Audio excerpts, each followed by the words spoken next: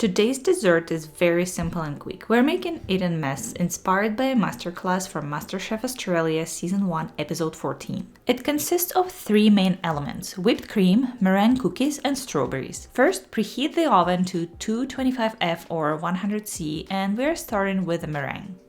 I'll take egg whites and sugar in a 1:2 ratio, and in my case it's 150 grams of egg white, preferably at room temperature for easier whipping, and 300 grams of granulated sugar. The finer the better. We're making a French meringue, which means you start whipping the egg whites and gradually add the sugar. This process takes some time, so don't rush it. Always whip meringue on medium speed because this will create smaller, more stable bubbles rather than fewer, larger ones. Once you reach stiff peaks, we are ready to pipe it. Make whatever shapes you like because we'll crush it anyway.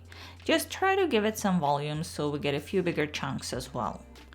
I also took a bit of meringue and mixed in some freeze-dried strawberry to enhance the strawberry flavor. This was pure improvisation, so we'll see what happens. Just make sure to sift it, otherwise you'll struggle to mix it in, just like I do here. Send it to the oven for about 1 hour, depending on the shapes you made. I baked mine a bit too long and they started browning. To prevent this, keep the temperature low and take them out as soon as they're completely dry all the way through. My pink meringue also lost some of its color. Next, strawberries. I'm making 2 strawberry components, small pieces and a coulis. For the pieces, I take about 150 grams of fresh strawberries, cut them into small, about 5mm pieces, and toss them with about 1 tablespoon or 15 grams sugar. I also zested some lime and squeezed in a bit of lime juice to brighten up the flavors. Honestly, add the sugar and lime juice to your taste because all berries are different. Some are sweeter, some more acidic, so taste, adjust, and taste again.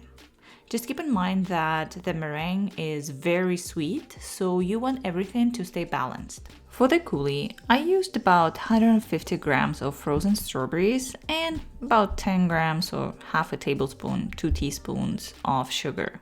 Heat it on the stove just to defrost it and then puree it. I added a few more frozen strawberries here at the end just to cool it down quickly. And our last element is simply whipped cream.